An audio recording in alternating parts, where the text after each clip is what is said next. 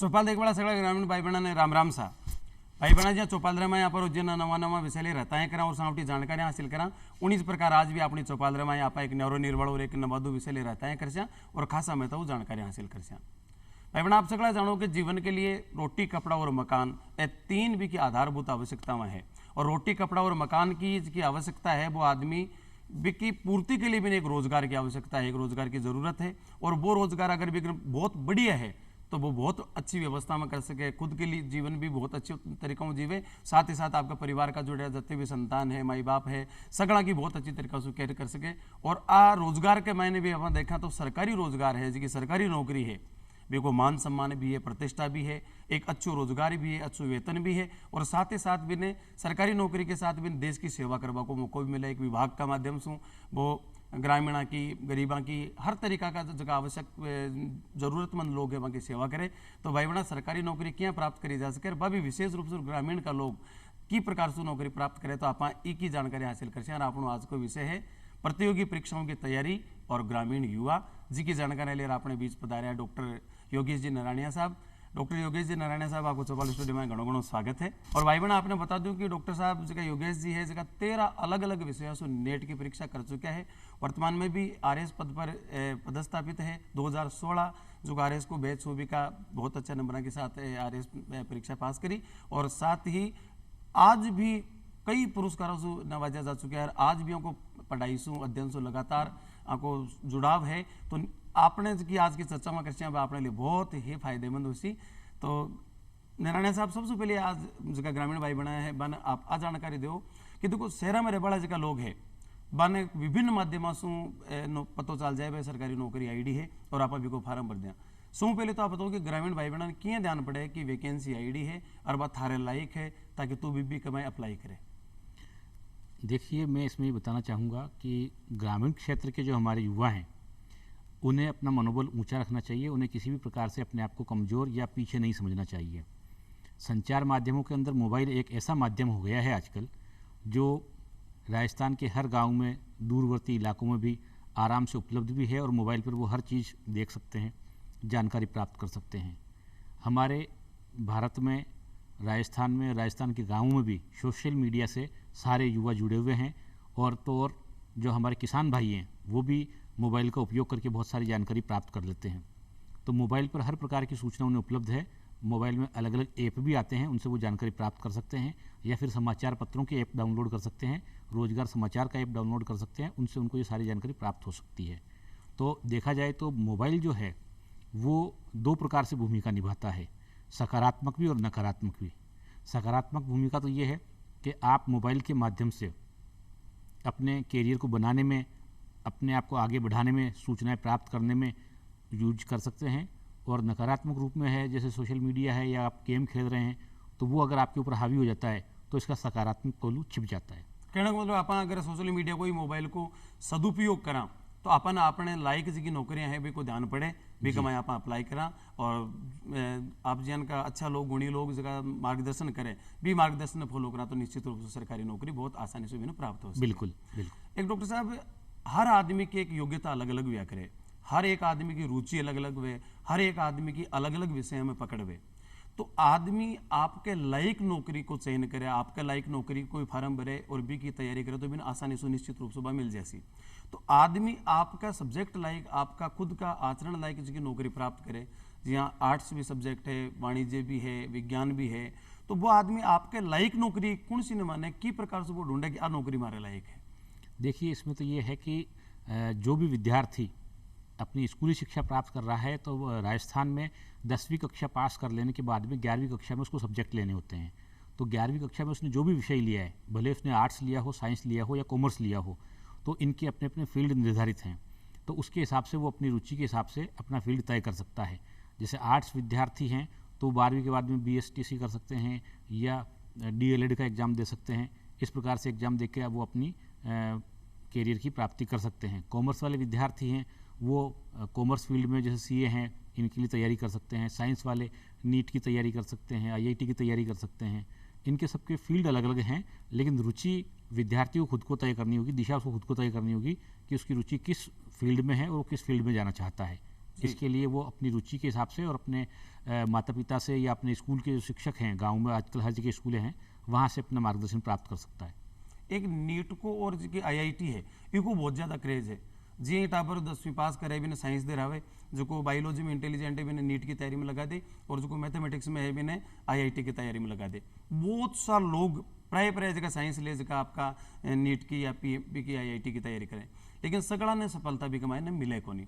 तो जगह IIT की तैयारी करी भी सफलता को नहीं मिली, या नीट की तैयारी करी भी सफलता नहीं मिली, तो बी के बाद में वो आगे करियर के रूप में कहीं न चुने कि प्रकार से आगे दूसरी नौकरी की तैयारी करे भी बताओ। देखिए, पहली बात तो ये है कि कोई भी छात्र अगर नीट के लिए या IIT के लिए तैयारी करता है तो उसे ये नहीं मानना चाहिए कि मेरी ज़िंदगी का अंतिम लक्ष्य यही है। अगर ये नहीं मिला तो मेरा क्या होगा, या मेरे माता पिता समाज में क्या दिखाएंगे, या फिर मैं अपने मित्रों को, अपने गुरुजनों को या समाज में अपने परिजनों को क्या मुंह दिखाऊंगा। कोई भी लक्ष्य हमारा अंतिम नहीं होता है और यही हमारा अंत नहीं है, इसके आगे और भी राहें हैं।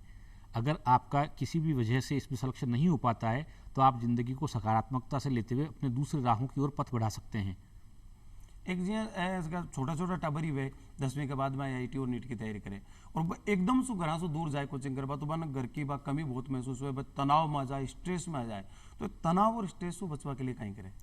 देखिए, आप जहाँ भी जिस भी गांव में रहते हैं वहाँ से आप एकमात्र छात्र ऐसे हों जो तैयारी के लिए बाहर जा रहे हो, ऐसा नहीं है। आपके मित्र, आपके संगी साथी या आपके रिश्तेदार परिजन कोई ना कोई तो बड़े शहर में आपको मिल ही जाते हैं।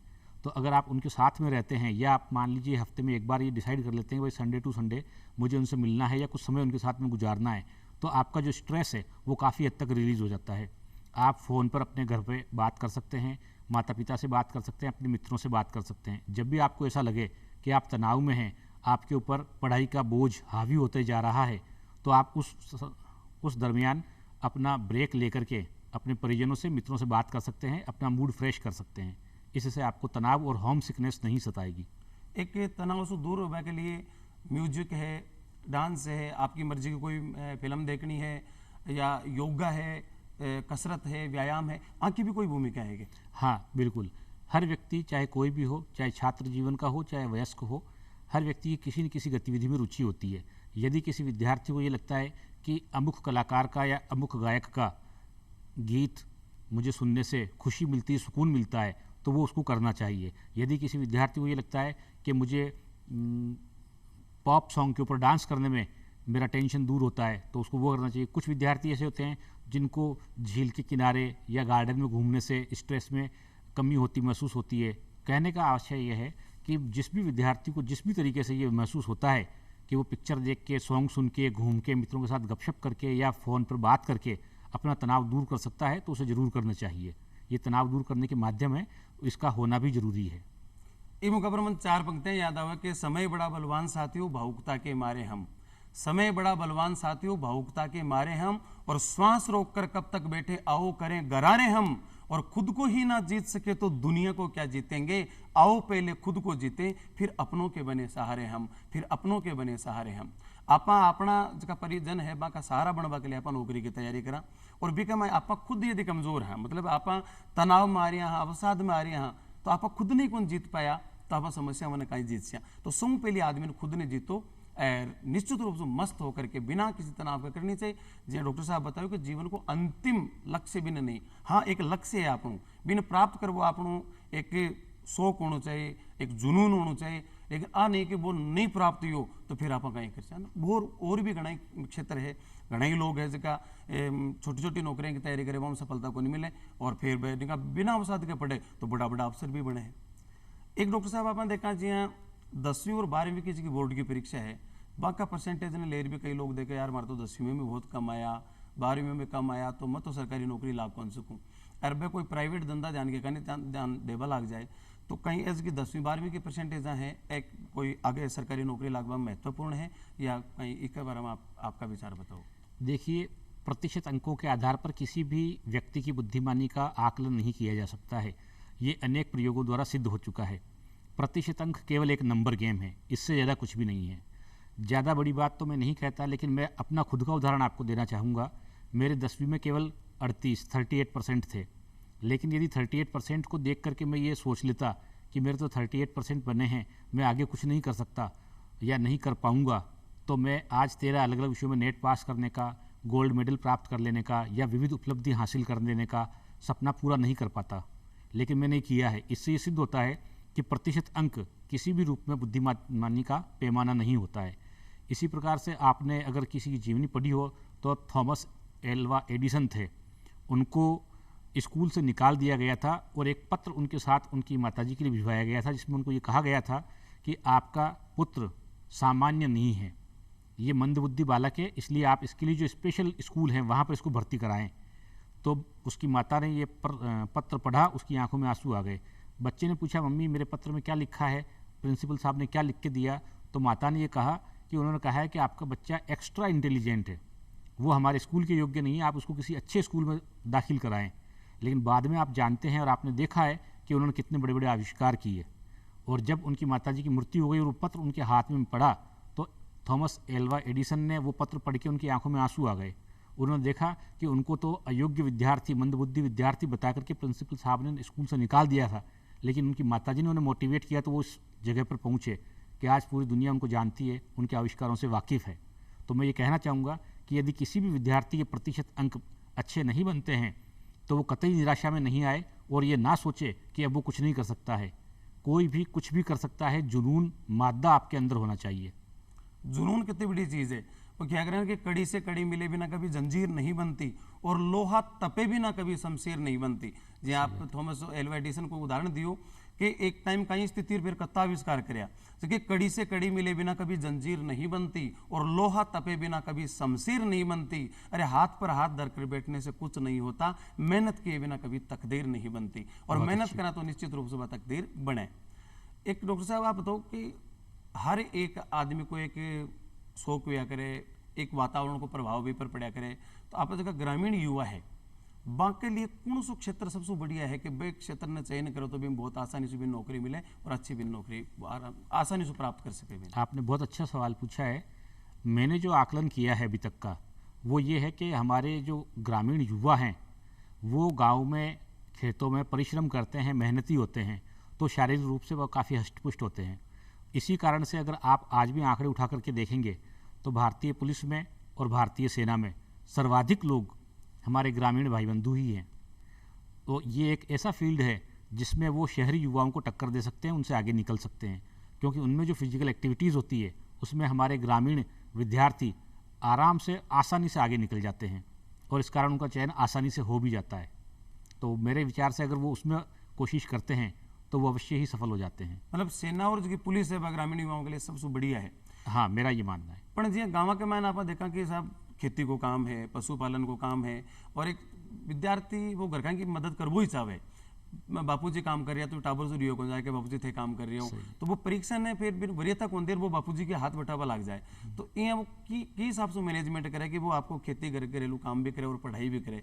आ एक बड़ी दिक्कत है गाँव का मायने। ये भी आपने बहुत अच्छा सवाल पूछा है। ये समस्या करीब करीब सभी विद्यार्थियों को आती है, चाहे वो ग्रामीण युवा हो चाहे शहरी युवा हो। इसमें ये बताना चाहूँगा कि आपको स्व अनुशासन का पालन करना पड़ेगा।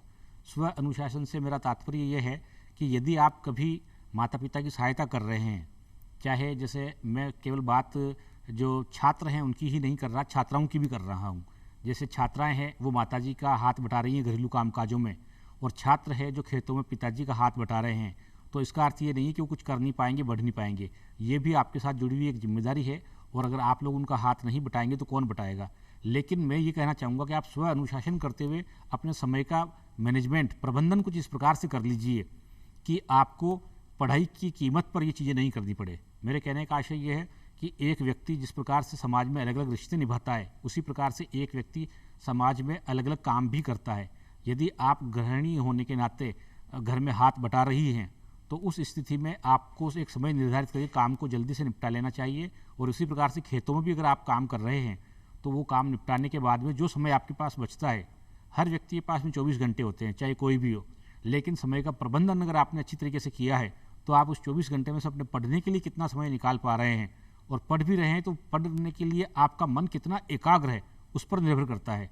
तो आपको अपने आप को कठोर अनुशासन में रखना पड़ेगा कि यदि आप 24 घंटे में से 2 घंटे ही पढ़ने के लिए निकाल पा रहे हैं तो वो 2 घंटे पूरी एकाग्रता के साथ आप केवल अध्ययन ही करेंगे। आपका मन कहीं और नहीं भटकेगा, इसके लिए आपको प्रयास करने पड़ेंगे, तो आप जरूर सफलता प्राप्त करेंगे। इनमें एक बात मूल निकल रहा है एकाग्रता। एकाग्रता प्राप्त करने के लिए, एकाग्रता के लिए कहीं करे आदमी। बिल्कुल, मैं ये कहना चाहूँगा कि आप इसको एक दूसरे उदाहरण से कनेक्ट कीजिए। जैसे मान लीजिए कि आप खेलते हैं, तो खेलते वक्त आपके मन में कोई दूसरा विचार आता है क्या? जैसे आप खेल रहे हैं, मान लीजिए क्रिकेट खेल रहे हैं, कबड्डी खेल रहे हैं, खो खो खेल रहे हैं, तो जब खेल रहे होते हैं उस वक्त आपके मन में ख्याल आता है कभी कि आज मैंने है ना 2 पाठ जाके घर पे पढ़ने? आता है? कभी किसी के नहीं आता। इसी प्रकार से आप पिक्चर देख रहे हैं, तो क्या आपके मन में ख्याल आता है कि घर पे जाके मुझे रोटी बनानी है, सब्जी बनानी है? किसी के मन में भी नहीं आता। तो मैं ये कहना चाहता हूँ कि जब आप 2 घंटे पढ़ने के लिए बैठते हैं, तो पढ़ाई करते वक्त भी आपके मन में कोई दूसरा ख्याल क्यों आना चाहिए? काम कठिन जरूर है, लेकिन असंभव नहीं है। आप थोड़े समय प्रयास करेंगे तो आप ये पाएंगे कि आपका ध्यान फिर कहीं और नहीं भटक रहा है। यही ईमानदारी आपको अपने प्रति बरतनी होगी कि यदि आपका खेलते वक्त, पिक्चर देखते वक्त कहीं ध्यान नहीं भटकता है, तो पढ़ाई करते वक्त भी आपका ध्यान नहीं भटकना चाहिए। इस पर कंट्रोल करने के लिए आपको खुद को कोशिश करनी पड़ेगी, और अगर आप कोशिश करेंगे तो जरूर सफल होंगे। एकाग्रता को कोई उपाय भी है कि कोई मेडिटेशन करे या कोई कसरत करे भी का स्वभाव में एकाग्रता को संचरण में? देखिए, मेरा तो ये मानना है कि अगर व्यक्ति खुद पर अनुशासन रख पाता है, कोशिश करता है, तो ज़रूर ये कर सकता है। लेकिन हाँ, कुछ कसरत करने की और मेडिटेशन की बात है, तो कुछ लोगों को इससे फ़ायदा होता है, कुछ को सुकून महसूस होता है। अगर उनको फ़ायदेमंद लगता है या उनको लगता है कि ये मेरे अनुकूल है, तो वो करें, तो इसमें कोई आपत्ति वाली बात भी नहीं है। यानी कि कुल मिलार तो है आपका खुद ने अपना आपने जीतनो है, आपका स्वभाव ने नियंत्रण में रखना है। जो आप फिल्म का खेल का उदाहरण दिया भी, सब जो पढ़ाई के मायने भी वो भाव भी प्रदर्शित करे, तो निश्चित रूप से एकाग्रता विकासी और वो आराम से पढ़ ले सी। एक आप अभी बताया कि आप 10वीं का मायने मात्र 38% नंबर हा, और आप अलग अलग विषय 13 विषय नीट कर चुके। आपको एशिया बुक के मायने भी नाम है, इंडिया बुक के मायने भी नाम है, बड़ा अधिकारी भी हो, कई नौकरियां प्राप्त करी बानो छोड़ी भी है। तो वो इन कि आपको जिंदगी में कई मैनेजमेंट हो था को कि आप 10वीं में 38% हार इस मुकाम पर हो, एक जरूर बताओ था कि आपने आदर्श मानता है में कुछ लोगों ने सीखवा की प्रेरणा मिले? बिल्कुल, मैं जब छोटा था तो मेरे पिताजी ने मुझे एक कहानी सुनाई थी कालिदास की। तो कालिदास की कहानी तो बहुत लंबी है, लेकिन यहाँ पर मैं जिस प्रसंग को कोट करना चाह रहा हूँ वो केवल इतना सा है कि कालिदास एक ज़माने में इतना मूर्ख व्यक्ति हुआ करता था कि जिस डाली पर वो बैठा था उसी डाली को काट रहा था। तो फिर कालांतर में जाकर के जब उसकी स्वाभिमान पर, गैरत पर ठेस पहुंचाई गई, तो वो इतने बड़े विद्वान बने, इतने बड़े विद्वान बने कि उन्होंने अभिज्ञान शाकुंतलम, है ना, मेघदूतम, कुमार संभवम जैसे ग्रंथों की रचना कर दी और महान कवि साहित्यकार बने। बिल्कुल। तो वही चीज़ मेरे साथ भी हुई कि मैंने जब देखा कि मेरे प्रतिशत अंक, हालांकि ये बात ठीक है कि मेरे दादाजी का देहांत हो गया था और हम लोग गांव चले गए थे, तो मेरी पूरी पढ़ाई डिस्टर्ब हो गई थी, इस वजह से प्रतिशत अंक कम हुए। लेकिन कोई भी कारण नहीं देखता है, परिणाम देखता है। तो मैंने परिणाम आपको बताया।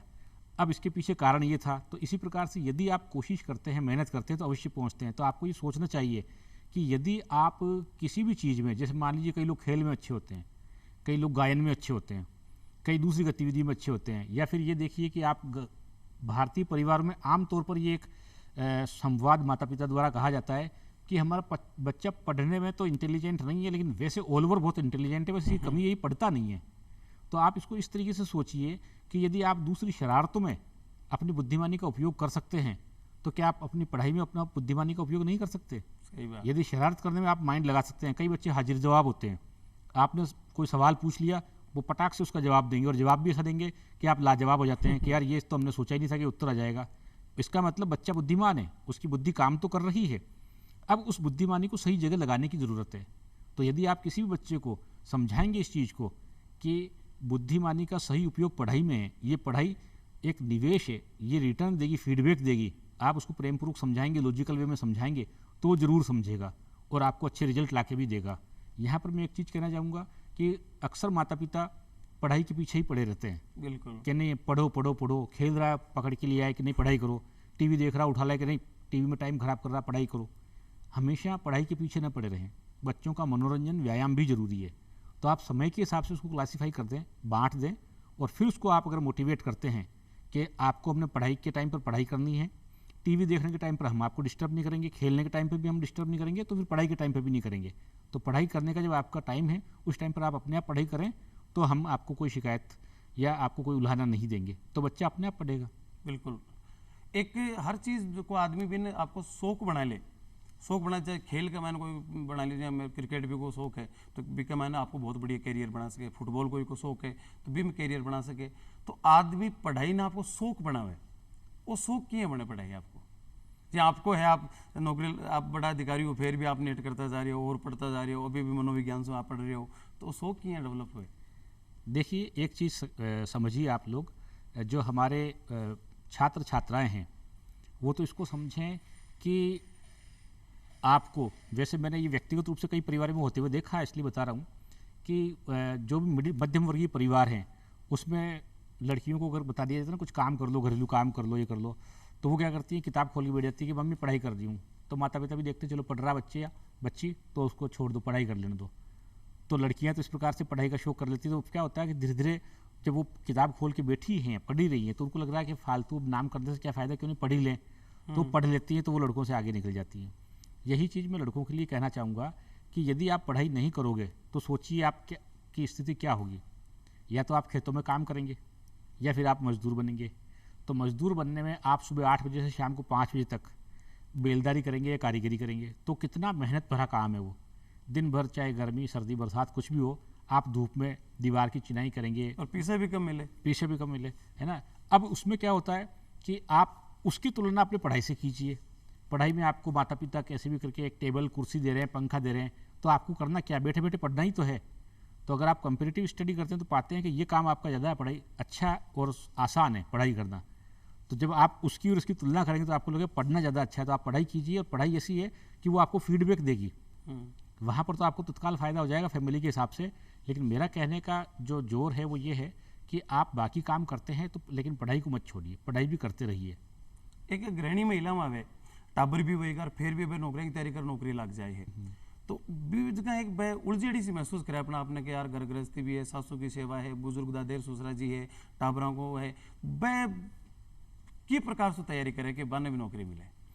देखिए मैं ये कहना चाहूँगा कि चाहे छात्र सफल हो चाहे छात्रा सफल हो, किसी भी छात्र या छात्रा की सफलता अकेले की हासिल की भी नहीं होती है, उसके साथ उसका पूरा परिवार होता है। जो आपने पूछा गृहिणी किस प्रकार से सफलता अर्जित करे, तो उसके लिए मैं बताना चाहूँगा, अभी 2 या 3 साल पहले एक उदाहरण मैंने पढ़ा था। उसमें एक गृहिणी थी जिनके 2 बच्चे हो गए थे, तो उन्होंने यूपीएससी की तैयारी करने की ठानी। उनके पति ने सपोर्ट किया, दोनों बच्चे माता पिता के पास रहे, गृहिणी उनके ससुराल में रही, लेकिन इस तरीके से रही जैसे वो वहाँ रही नहीं रही है। केवल इंटरनेट मोबाइल के जरिए उन्होंने पढ़ाई की और IAS में वो सेलेक्ट भी हुई। इनका विज्ञापन इंटरव्यू उसमें छपा था, अखबारों में मैंने भी पढ़ा था। तो मैं ये कहना चाहता हूँ कि अगर कोई भी व्यक्ति लक्ष्य ठानता है तो उसको पूरा करने के लिए परिस्थितियाँ अपने आप बनने लगती है, और उस परिस्थितियों को पूरा करने के लिए परिवारजनों को सहयोग बहुत आवश्यक है। आप अकेले कुछ नहीं कर सकते, आपके परिवार का सहयोग जरूरी है, चाहे इसमें गृहिणी हो चाहे कोई युवा साथी ही क्यों नहीं हो, तो सबका सहयोग कुछ न किस रूप में जरूरी है। एक आप बताओ कि आप कोई आदमी ने डायरेक्ट पढ़ाई करनी चाहिए या नोट्स बना पास पढ़ाई करनी चाहिए। देखिए हर व्यक्ति के पढ़ने का अलग अलग तरीका होता है। आप अपनी साइकोलॉजी जिस प्रकार भी सेट कर लेते हैं, आपका माइंड उसी प्रकार से पढ़ना शुरू कर देता है। आप मान लीजिए कि हमारा दिमाग जो है उसका काम समझने का हो गया है। जब तक हम बच्चे होते हैं तब तक हमारा काम रटने का होता है। जैसे आपने देखा होगा छोटे छोटे बच्चे जो होते हैं बड़ी बड़ी पोएम याद रख लेते हैं, क्योंकि वो रट के याद रख लेते हैं। लेकिन आप वयस्क होने के बाद में सोचते हैं कि मैं रट के कोई चीज़ याद रख लूँगा, तो आप याद नहीं रख पाएंगे। उसके लिए रिवीजन होना ज़रूरी है। रिवीजन कैसे कि आप सोचिए कि जब कोई नई फिल्म के गाने आते हैं तो आपको कैसे मुख ज़बानी याद हो जाते हैं, क्योंकि आप उनको बार बार सुनते हैं। इसी प्रकार से विज्ञापन भी आपको याद हो जाते हैं, क्योंकि आप टीवी पर उनको बार बार देखते हैं। इसी प्रकार से यदि आप गहरी पढ़ाई नहीं कर पा रहे हैं, लंबे समय तक पढ़ नहीं पा रहे हैं, तो आप चलते फिरते ही किताबों के पन्ने ही पलट लीजिए, एक नज़र उन पर डाल लीजिए, तो आपका माइंड अवचेतन मस्तिष्क में उनको सेव कर लेगा। तो आप जब भी उनको दोबारा रिपीट करेंगे, चलते भागते देखेंगे, नज़र मारेंगे, तो आपको ज़रूर वो सारी चीज़ें याद हो जाएगी, समझ में आ जाएगी कि मैंने क्या पढ़ा था। तो पढ़ने के लिए इससे अच्छा तरीका कोई नहीं हो सकता। आप रिवीजन नियमित रूप से लगातार करते रहें। एक डॉक्टर साहब परीक्षा को एक दिन पहले बीपी हाई हो जाए, धड़कना बढ़ जाए, घबरा जाए, तो वो परीक्षा को एक दिन पहले और परीक्षा को दिन 2 दिन की भी कहीं की प्रकार से रहना चाहिए ताकि वो अच्छे पेपर हो सके, तनाव दबाव में नहीं रहे। वो बहुत अच्छी बात आपने पूछी। मैं यहाँ पर अपने दर्शकों को बताना चाहूँगा कि सभी ने खरगोश और कछुए की कहानी पढ़ी है ना, जिसमें कछुआ निरंतर बिना रुके लगातार चलता रहता है और अपनी मंजिल पर पहुँच जाता है, लेकिन खरगोश एक बार तेज़ी से भागता है, आगे निकलने के बाद वो एक पेड़ के नीचे सुस्ताने के लिए रुक जाता है, कछुआ आगे निकल जाता है, जीत जाता है। यही चीज़ हमारे प्रतियोगी परीक्षाओं के लिए लागू होती है। यदि आप साल भर से या 6 महीने से लगातार थोड़ा थोड़ा करके पढ़ते आ रहे हैं तो आपको परीक्षा से एक दिन पहले अपने आप को पढ़ाई में, किताबों में झोंकने की कतई भी आवश्यकता नहीं है। आप जो रूटीन में पहले पढ़ते आ रहे थे उसी प्रकार से पढ़ते रहें। आप केवल एक सरसरी निगाह पूरे सिलेबस पे, पूरे किताबों पे जो भी आपके पास में उपलब्ध है उन पर डाल लें और परीक्षा से 12 घंटे 18 घंटे पहले पढ़ना बिल्कुल छोड़ दें। अपने माइंड को रिलैक्स कर लें।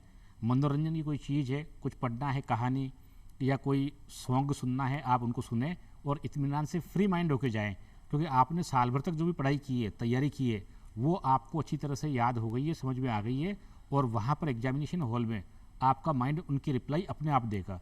जी आप नारायण करके साहब, देखिएगा। बहुत बढ़िया जानकारी दी। आप चौपाल स्टूडियो में पधारे वास्ते आपने घना घना धन्यवाद। और भाई बहन, आप समय की भी मर्यादा में है और आशा करा आज को कार्यक्रम आपने बहुत दाया है उसी। फिर मिलसे एक नया विषय के साथ। जब तक आप सकना इजाजत। राम राम साहब।